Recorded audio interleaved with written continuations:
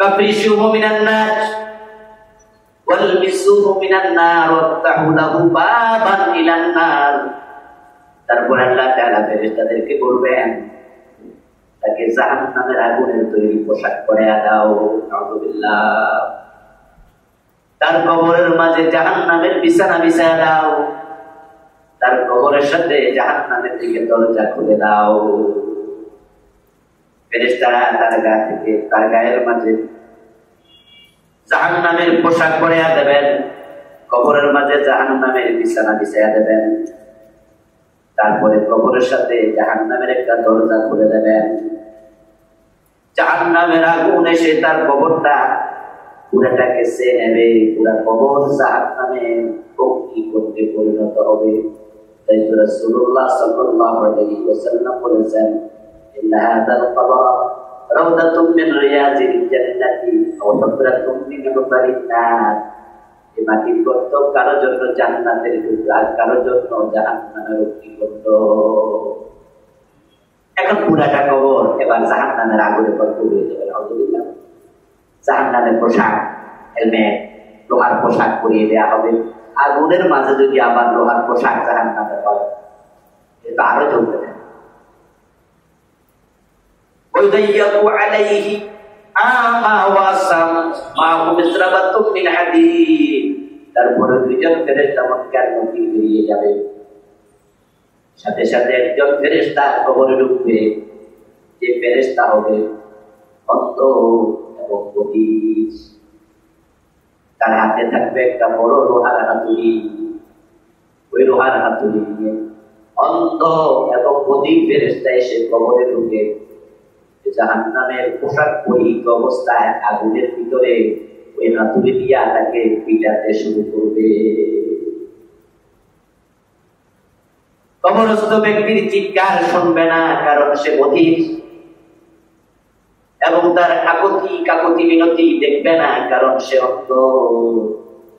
নবী বলছেন, ওয়ালাউ তুরিবা বিহা জাবানুন লাতালা সারা তুরাবা।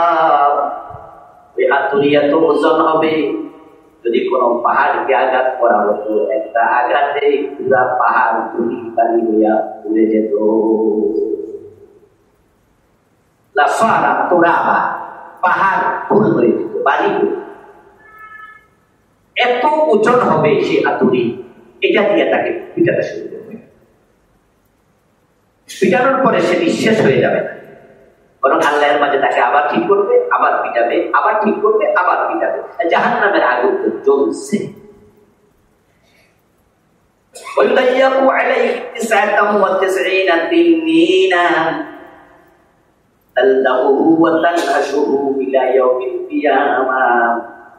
নবী সাল্লাল্লাহু আলাইহি ওয়াসাল্লাম বলেছেন, তারপরে তার কবরের মাঝে এমন সাপ দেয়া হবে যে সাপের নাম হবে তিতি। ওই সাপগুলো তার কবরে আসার পরে তাকে সবল মারবে, তাকে কামড়াতে শুরু করবে। এর মাঝে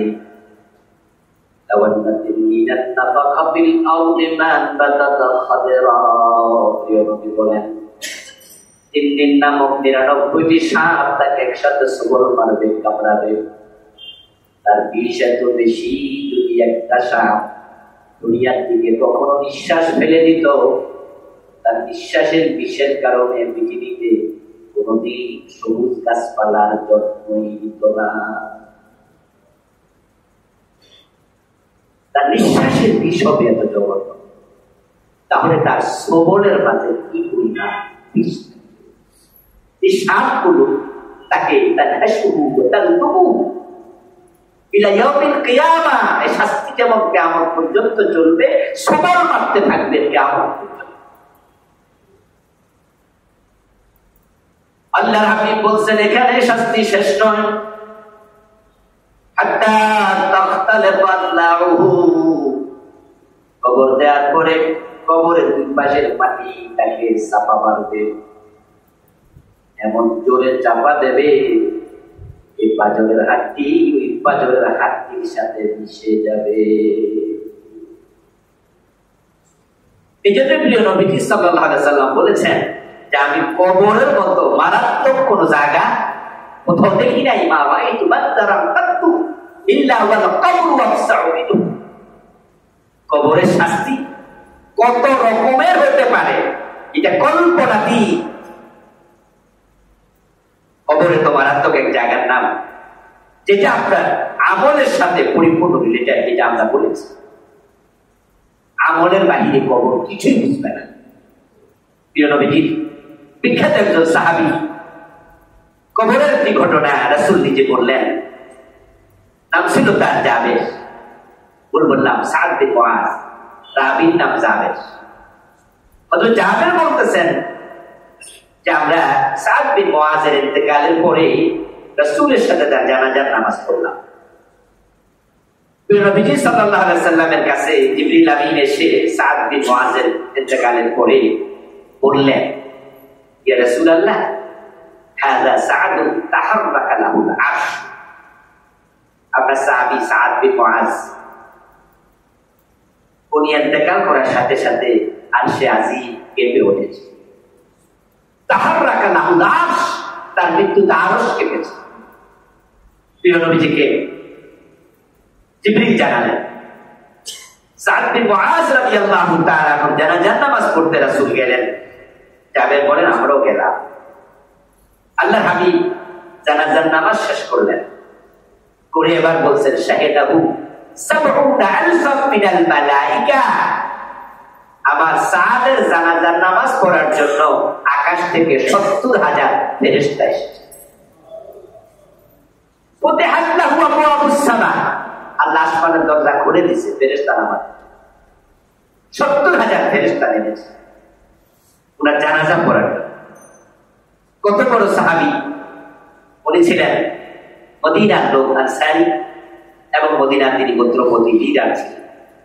রাসূলের অত্যন্ত আস্থাভাজন প্রিয় সাহাবী, জলিলুল কদর সাহাবী। জানাজার নামাজ হলো, সাদ বিন মুআজ রাদিয়াল্লাহু তাআলা আনহুকে কবরস্থ করা হলো। আল্লাহর হাবিবের একটি অভ্যাস ছিল, তিনি কাউকে কবর দেওয়ার পরে তাড়াহুড়ো করে চলে যেতেন না। আমাদের উল্টা, আমরা তো কবর গিয়ে দৌড়, অনেকেই উনাদের আপনার দাফন পর্যন্ত থাকেন। জানাজার নামাজ পড়ছে, তাড়াহুড়ো করে মাটি দিয়া চলে যাচ্ছে। ওর কি খবর আর দরকারও নাই, ব্যস্ততা। আপনার আমার ক্ষেত্রে তাই হবে, আপন জনেরাই কবরস্থ করে চলে যাবে তাড়াহুড়ো, 4-5 মাস বোঝা যেন সরে গেল। রাসূলুল্লাহ সাল্লাল্লাহু আলাইহি ওয়াসাল্লাম তিনি কবরের পাশে দাঁড়ায় থাকতেন। ওয়াকাফা আলাল কবর ওয়া ক্বালা লিআসহাবিহি ইস্তাগফিরু লাহু ওয়াসআলু লাহু আত-তাসবীহ ফাইন্নাহু লা ইউসআল। তো প্রিয় নবী কবরের পাশে দাঁড়াতেন, তারপরে তিনি সঙ্গীদেরকে বলতেন, হে আমার সঙ্গীরা, তোমাদের ভাইয়ের জন্য আল্লাহর কাছে ক্ষমা চাও, ইস্তিগফার করো, বলো আল্লাহ কবরস্থ কত গুনাহ করছে, এখন তো সে আর ক্ষমা চাওয়ার তার কোনো যোগ্যতা নাই, সুযোগও নাই। আমরা তার পক্ষ থেকে তোমার কাছে ক্ষমা চাই, তুমি তাকে মাফ করে দাও। ইস্তিগফার, এটা করো তোমরা। তারপরে ওয়াসআলু লাহু তাসবীহ, আল্লাহ তাআলার কাছে তার জন্য ঈমানের উপরে অটল অবিচল থাকার জন্য সাহায্য চাও। বলো আল্লাহকে, আল্লাহ এখন তো তাকে প্রশ্ন করা হবে, তাকে প্রশ্ন করা হবে, এই প্রশ্নের জবাব দেওয়ার ব্যবস্থা আল্লাহ তুমি নিজে করে দাও, এই দোয়াটা করতে থাকো।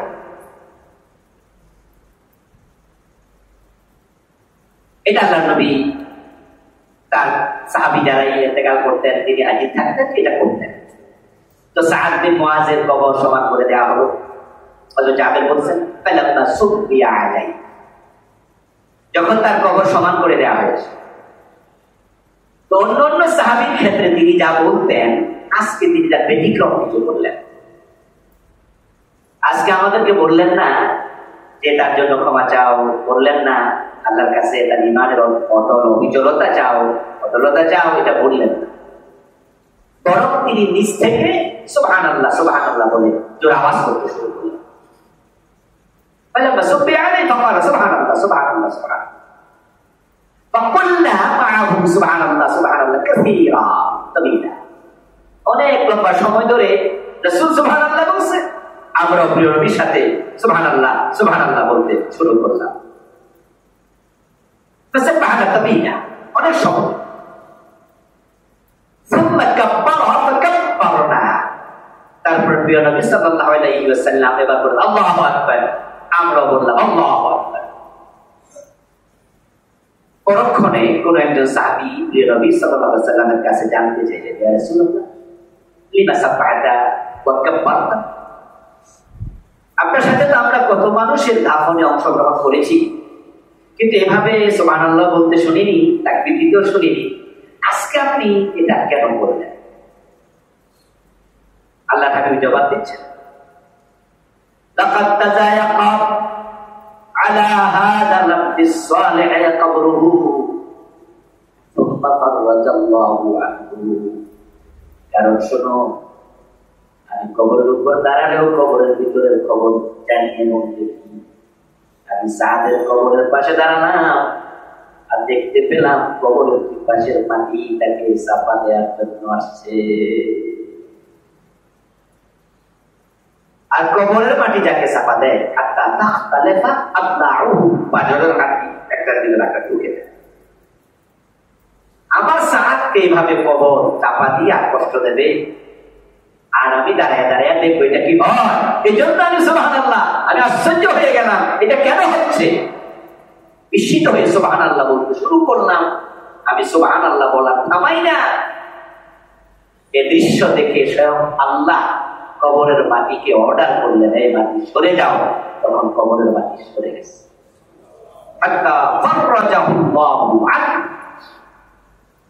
আল্লাহ নিজে মাটিকে বলছে সরো, আল্লাহ সরাই দিচ্ছে। আমি আল্লাহকে বড়ত্ব ঘোষণা করে বললাম বাবু আকবার, আল্লাহ তুমি মহান। এই হাদিস দ্বারা আমাদের জন্য শিক্ষণীয় কি?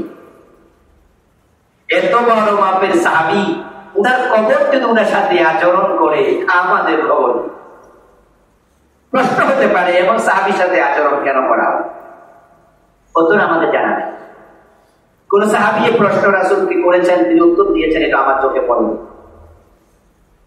তবে ধারণা করে অনুমান করে যেটুকু বলা যেতে পারে, হতে পারে উনার আমল নামায় এমন কোন ত্রুটি বিচ্যুতি ছিল যেটার কারণে আচরণ করা হয়েছে। কারণ নবী ছাড়া কেউ মাসুম না। হতে পারে এমন কোন ত্রুটি বা গুনাহ উনার থেকে প্রকাশিত হয়েছে যেটা থেকে তিনি তাওবা করতে মনেই নাই। আচ্ছা, আমরা যখন রাস্তায় হাঁটি নিজের অজান্তে কিছু চোখের খেয়ানত হয়ে যায় না? আরে মাঝে মাঝে তো এমন অজু করে মসজিদে গেলেন, আপনার মাঝখানে কবিরা গুনাহ হয়ে যায়। নামাজে আসি, এখানে আমি 12 থেকে রওনা দিয়ে এখানে আসতে আমার সময় লেগে যায় না। রাস্তায় কত দৃশ্য চোখে পড়ে, তখন তো মনে মনে ভাবি যে আমি এত লোকের ইমামতি করবো, ওযু পবিত্রতা এবং আমার নামাজের কবুলিয়তের জন্য আমাকে কত সংশোধিত থাকা উচিত। চোখ কোথাও যায় কিনা, যেখানে গেলে চোখের খেয়ানত হয়ে যায়। এরপরেও তো রাস্তায় এমন কিছু মহিলা চলে যাদের দিকে চোখ যাওয়ার পরে চোখ ফেরানো নষ্ট হয়, আপনার হয় না? আচ্ছা, আমরা কি সব গুনাহ থেকে তওবা করে ফেলি? এমন কিছু গুনাহ হয় তওবা করতে মনেই থাকে না।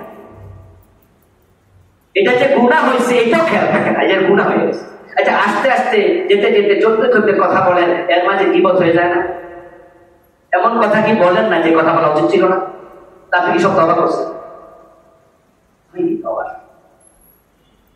আপনার একটা গুনার কারণে কবর আযাব হতে পারে, একটা কবিরা গুনার কারণে। বড় সেনসিটিভ জায়গা কবর। দুজন সাহাবীর কবরের পাশ দিয়ে প্রিয় নবী যাচ্ছিলেন, নতুন কবর বললেন ইন্নাহুমা লা ইউআযাবান, যেটি কবরের শাস্তি চলছে। এবার কারণ ব্যাখ্যা করলেন, আহাদুহুমা ইয়ামশি বিন-নামিমা ওয়া আম্মাল আখার লা ইস্তাতিরু আন কাওলিহি। উনার কবরে আযাব চলছে কারণ একটা, গুনাহ শুধু একটা, তিনি সকলকে একজনের কথা আরেকজনের কাছে লাগাইয়া দিয়া, পৌঁছাইয়া দিয়া, ঝগড়া বাঁধাইয়া। এই গুনাহটা তার আমল নামায় আছে, এই কারণে কবরের আযাব শুরু। প্রিয় নবী বলেন দিবেন নামাজি ছিল, বেরোজগারি ছিল, বলেননি সে সুদ খেত, বলেননি তার কবর আযাব হওয়ার কারণ সে ঘোষ খেত, বলেছেন সে সুবর করিল। একটা আযাব, একটা অপরাধ, শাস্তি। এই জন্য কার কবরে কোন কারণে শাস্তি হয় বোঝা খুব জটিল। সাদ বিন মুআযের হতে পারে এমন কোন গুনাহ ছিল যা থেকে তাওবা করেননি, অথবা হতে পারে তাওবা তিনি করেছেন, কবুল হয়নি। আপনার আমল সকল, আপনার আমার সকল তাওবা কবুল করতে আল্লাহ কি বাধ্য? আল্লাহকে বাধ্য করা যায় না, কবুল করেননি। কিন্তু সাদ বিন মুআযের বড় সৌভাগ্য যে প্রিয় নবীর মতো মহামানব তার কবরের পাশে দাঁড়ানো ছিল। সাদ বিন মুআয রাদিয়াল্লাহু তাআলা আনহু বড়ই সৌভাগ্য যে প্রিয় নবী সুবহানাল্লাহ থামাননি। আর প্রিয় নবী সুবহানাল্লাহ পড়তে থাকবেন, বন্ধ করবেন না। আল্লাহর কাছে এটা পছন্দ হয়নি আমার নবী এতক্ষণ কষ্ট করুক, এই কারণে তাসবিহ হিসাবে না, কারণ হিসাবে। তাই আল্লাহ বলছে ও মাটি সরে যা। কিন্তু আপনার আমার কবরের পাশে এমন কেউ কি দাঁড়াবে? কবরের খবর কি কেউ জানবে? আপনার জন্য দোয়া করার মতো এমন কি আছে যার দোয়া আল্লাহ কবুল করবে? এই জন্যই হাদিস থেকে আমাদের জন্য শিক্ষণীয় হলো কবরের জগতের ব্যাপারে সতর্ক হতে হবে অনেক বেশি। জঘন্য জায়গা কবর। এখন কবরস্থ মানুষের সাথে আমাদের যে আচরণ সে নিয়ে কিছু কথা বলছি। কবরে যারা থাকে তারা বড় অসহায় থাকে। প্রিয় নবীজি বলছেন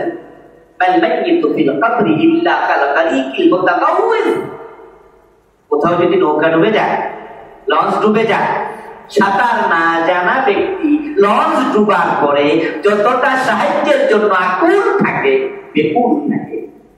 যে সাঁতার জানে নৌকা ডুবছে সে কিন্তু তেমন অস্থির হয় না, সে সাঁতার কাটা একদিকে যেতে থাকে।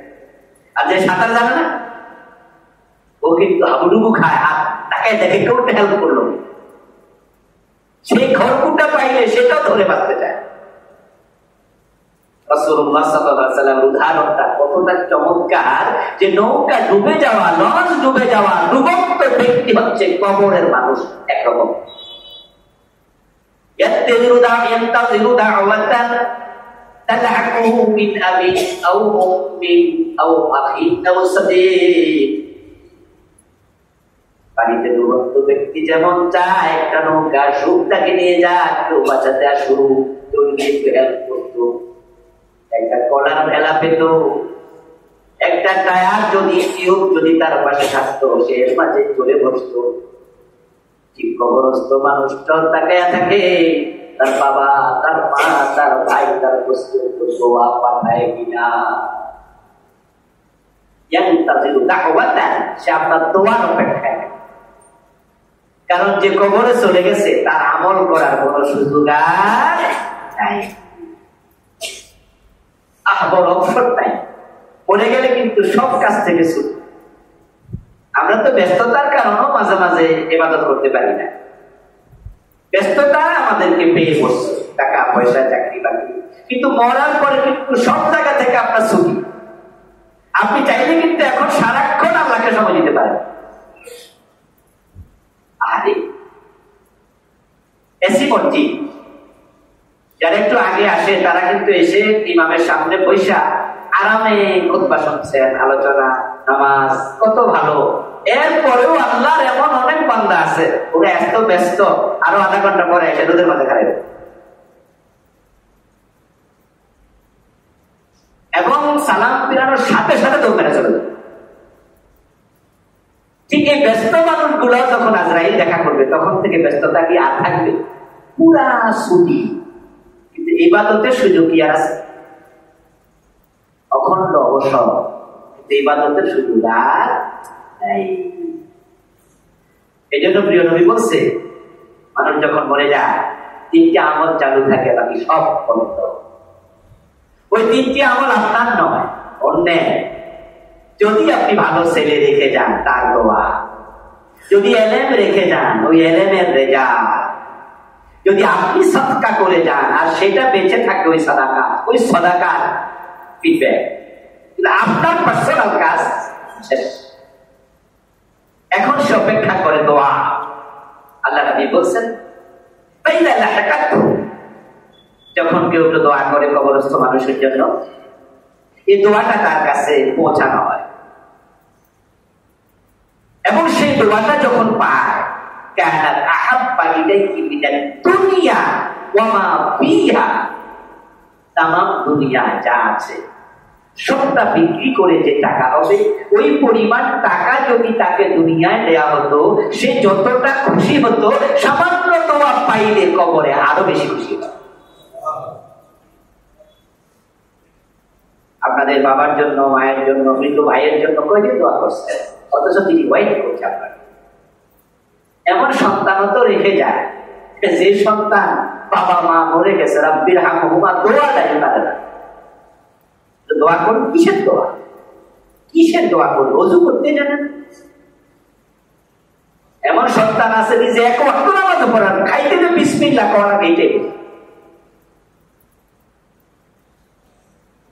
এমন সন্তান রেখে গেছেন, তা তো করেই না, উল্টা চলে, আরো নাস্তিক হয়ে গেছে মুসলমান। আপনি বোঝান আমরা বেড়া, আরে ছোট্ট পোলা আবার হাফ প্যান্ট পর্যন্ত খারাপ লাগে না, এটা ইয়াং পোলা হাফ প্যান্ট বোঝা আগে রাস্তায়, আর আপনি তার বাবা। আপনি কি ভাবছেন এই সন্তান আপনার মরার পরে কবরে দোয়া পাঠাবে? নিজের তো আগা করা নেই। এগুলো হচ্ছে হতভাগা বাবা। হ্যাঁ, আপনি আপনার সন্তানকে মূল্যবোধ শিখাবেন, দেখবেন আপনার সন্তান আমি মরে গেলে তারা দোয়া করবে, তখন কাজে লাগবে। তারপরে কি প্রিয় নবী বলছেন, শোনো, ইন্নাল্লাহা লা ইউদখিলু আলা আহলিল কুবুর মিন দুআই আহলিদ দুনিয়া আমসালাল জিবাল। আল্লাহর চেয়ে বড় কোনো বন্ধু নাই তো। আপনার মরার আগেও দুনিয়ায় তিনি বন্ধু, মরার পরেও তিনি বন্ধু, কিন্তু ওই বন্ধুকে খুশি কতটুকু করলেন সেটাই তো কথা। আল্লাহ আপনাকে ছেড়ে দেয় না, ভুলে যায় না। যদি আপনি ছেড়ে দিয়েছেন, আল্লাহকে আপনি ভুলে গিয়েছেন। তাই এমন ব্যক্তি যে কবরে বিপদে পড়ে আছে, আল্লাহ তাআলা রাসূল বলছেন, দুনিয়ার মানুষ যদি সামান্য দোয়া করে, আল্লাহ এটাও কবরে পাহাড় পরিমাণ বড় বানায় বসায় আনে। আমসালাল জিবাল। কিন্তু দোয়াই করলেন না, বসবে প্রিয় ভাইয়েরা। এই জন্য প্রিয় নবীজি আমাদেরকে বলেছেন, তোমরা কবরে যাবে, জিয়ারত করবে। আপনজনের জন্য আল্লাহ নিজে দোয়া শিখিয়েছেন, রব্বানা ইগফির লানা ওয়া লিইখওয়ানিনা আল্লাযীনা সাবাকুনা বিল ঈমান। হে আমাদের রব, আপনি আমাদেরকে ক্ষমা করে দেন। ক্ষমা করলে আমাদের ওই সমস্ত মুসলিম ভাই বন্ধু যারা ঈমান নিয়ে আমাদের আগে চলে গেছে। আল্লাহ দোয়া শিখিয়েছেন, রাব্বির হামহুমা কামা রাব্বায়ানি সগীরা। মা বাবা জীবিত থাকতেও দোয়া, মরার পরেও দোয়া কন্টিনিউ রাখবেন। রাব্বিগফিরলি ওয়া লিওয়ালিদাইয়া ওয়া লিল মুমিনিনা ইয়াওমা ইয়াকুমুল হিসাব। কোরআনের দোয়া আল্লাহ শিখিয়েছেন, রাব্বিগফিরলি, আল্লাহ আমাকে ক্ষমা করো, ওয়া লিওয়ালিদাইয়া, আমার মা বাবাকে ক্ষমা করো। তাদের জন্য ক্ষমা চাইবেন। প্রিয় নবীজি বলেছেন, কবরে যার যে পজিশন থাকে, ভালো মানুষের ভালো পজিশন, খারাপ মানুষের খারাপ পজিশন। দুনিয়ার মানুষের দোয়ার কারণে পজিশন চেঞ্জ হয়ে যায়, অবস্থা চেঞ্জ। তো যাদের জাহান্নাম ছিল, কবর আগুন জ্বলছিল, অনবরত দোয়া এবং সাদাকা। আপনার দান করবেন, আল্লাহর কাছে বলবেন, আল্লাহ এটা আগে সওয়াবটা আমার বাবার কবরের কাছে, এটা আমার বাবার পক্ষ থেকে দিলাম, এটা আমার মায়ের পক্ষ থেকে দিলাম। আচ্ছা, আমাদের মা বাবা বেঁচে থাকলে তাদের পিছনে কিছু খরচ হয় না? ডেফিনেটলি হয়। তো উনি তো এখন নাই, তোমার পক্ষ থেকে মসজিদে দান করেন। প্রতি জুমাতে আসছে 100 টাকা 200 টাকা নিয়ে আসেন, যেটা আমার মা বাবা মরে গেছে ওদের পক্ষ থেকে দিই। নিজের জন্য কিছু দেন। তো প্রিয় নবীজি বলছেন, কবরে সেট হয়, হালত সেট। যখন ব্যক্তি জান্নাতি হয়, তারাক্কি হয়, অথবা জাহান্নাম থেকে মুক্তি পেয়ে যায়, সেট হওয়ার পরে সে জিজ্ঞেস করে ফেরেশতাদের, এটা কেন হলো? তখন ফেরেশতারা জবাব দেয়, তোমার সন্তান, তোমার প্রিয়জন তোমার জন্য দোয়া করেছে, তোমার পক্ষ থেকে সাদাকা করেছে, আল্লাহ উসিলায় তোমার পরিচয় শেষ করে দিয়েছে। এই জন্য আপনজনদের জন্য দোয়া করবেন, কবরে যাবেন। প্রিয় নবী বলছেন, নাহাইতুকুম আন জিয়ারাতিল কবর ফাজুরুহা ফাইন্নাহা তুযাক্কিরুকুমুল মাউত।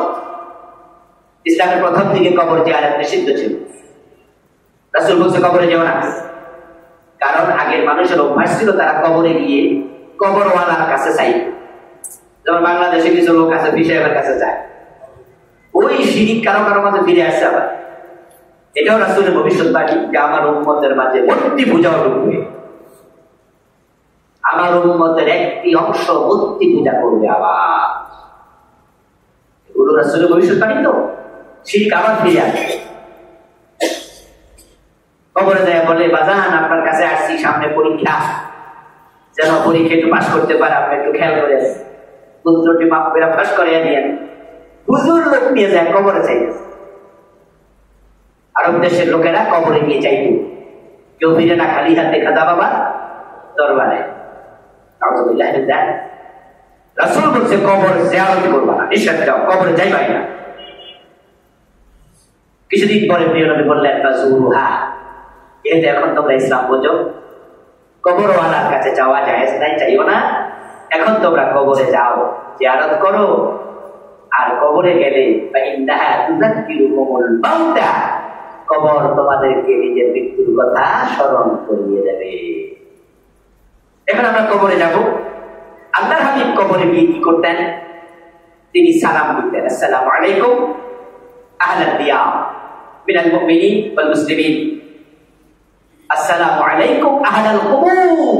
বিভিন্ন শব্দে আছে, সালাম দেন কবরে। ফার্স্ট কাজ রাসূলের শিখানো দোয়া শিখবেন, ইন্না ইনশাআল্লাহু বিকুম লাহিকুন। আপনি বলবেন, ইনশাআল্লাহ আমরা তোমাদের সাথে কয়েকদিন পরে সাক্ষাৎ করব। তোমরা চলে গেছো, আনতুম লানা সালাম নাহনু লাকুম তাবা। প্রিয় নবী বলতেন, এই কবরওয়ালা মানুষ, তোমরা আমাদের অগ্রজ, আমরা তোমাদের অনুজ। তোমরা অগ্রগামী, আমরা পশ্চাৎগামী। আমরা আসছি তোমাদের সাথে, অচিরে সাক্ষাৎ হবে, অচিরে এখানে আমিও আসছি। তারপরে নাসআলুল্লাহা লানা ওয়া লাকুমুল আফিয়া। প্রিয় নবী বলতেন, এবার তোমাদের জন্য আমাদের জন্য আমরা আল্লাহর কাছে ক্ষমা প্রার্থনা করছি। কোন কোন হাদিসে পাওয়া যায় রাসূলুল্লাহ সাল্লাল্লাহু আলাইহি ওয়াসাল্লাম রাফা ইয়াদাইহি ওয়া দাআ লিআহলিহা, কবরস্থানে গেলেন, কবরস্থ মানুষের জন্য হাত তুলে দোয়াও করলেন। উল্লেখ্য যে কবরে ঘর নির্মাণ করা যাবে না। আল্লাহর হাবিব সাল্লাল্লাহু আলাইহি সাল্লাম মদিনায় হিজরতের পরে ইসলামী রাষ্ট্র যখন প্রতিষ্ঠিত হলো, হযরত আলীকে দায়িত্ব দিলেন, সাথে আরেকজন সাহাবীকে দিলেন।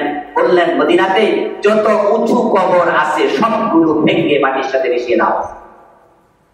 হযরত আলী সে কাজটা করলেন। আল্লাহর হাবিব নিষেধ করলেন, কোন কবরে ঘর বানাবে না।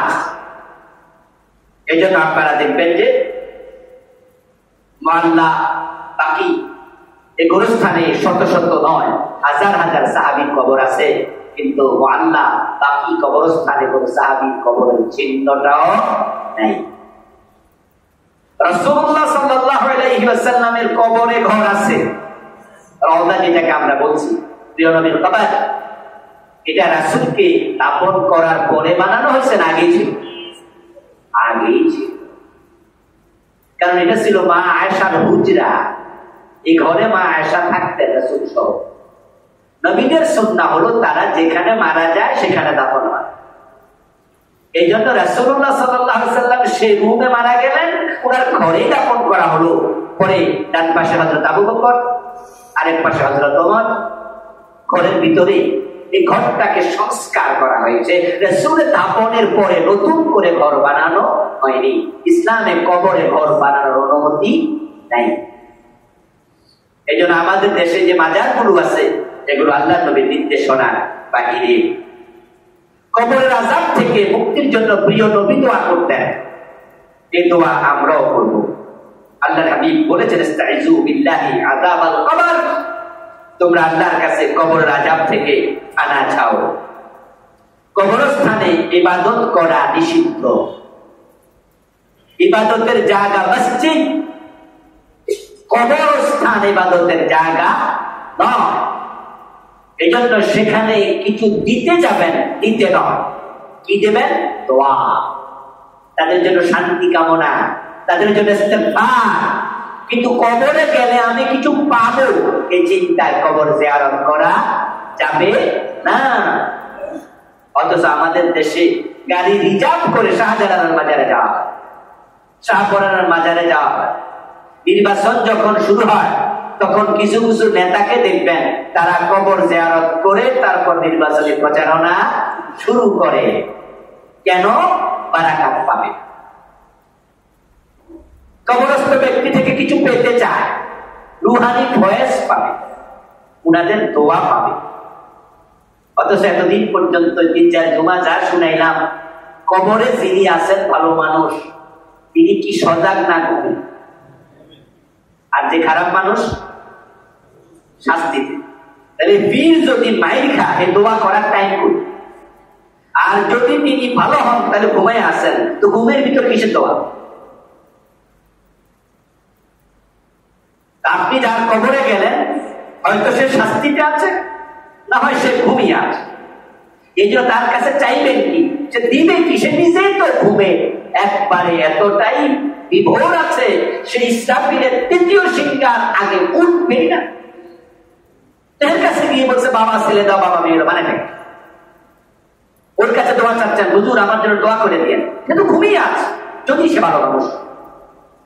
এই জন্য কবরে যেতে হবে দেওয়ার জন্য, ইস্তেগফার দেবেন, দোয়া দেবেন, আনার জন্য নয়। কবরস্থানকে কেন্দ্র করে কোন রকমের ইবাদত করা যাবে না। উল্লেখ্য যে এক্ষেত্রে নবীদের অবস্থা ব্যতিক্রম, কারণ নবীগণ কবরের মাঝে জীবিত, তাদের এই জীবনটা স্পেশাল এবং তারা কবরে ইবাদত করছেন এমন হাদিসও আছে। রাসূলুল্লাহ সাল্লাল্লাহু আলাইহি ওয়াসাল্লাম আপনার মেরাজের পথে দেখতে পেলেন কবরের মাঝে নবী মুসা দাঁড়িয়ে নামাজ পড়ছে। আল-আম্বিয়া আহইয়াউন ফি কুবুরিহিম ওয়া ইউসাল্লুন, নবী বলেন নবীগণ কবরে জীবিত এবং তারা ইবাদত করছে, নামাজ পড়ছে। নবীদের দেহ কবরের মাটি খেয়ে ফেলা কবরের মাটির জন্য হারাম। শহীদগণ তারা জীবিত, তাদের ব্যাপারে আলাদা এক্সট্রা হাদিস যেহেতু আছে, তাই সাধারণ মানুষের সাথে আমরা নবী এবং শহীদদেরকে একরকম মনে করব না। এখন কবরে গিয়ে সালাম দেব, দোয়া করব, কবরস্থ মানুষের জন্য দোয়া করার সাথে সাথে নিজের মৃত্যুর কথা বেশি স্মরণ করে কবরের জন্য প্রস্তুতি গ্রহণ করব। আল্লাহ তৌফিক দান করুন, আমিন। আসসালামু আলাইকুম ওয়া রাহমাতুল্লাহি ওয়া বারাকাতুহু। যারা সুন্নাহ পড়েন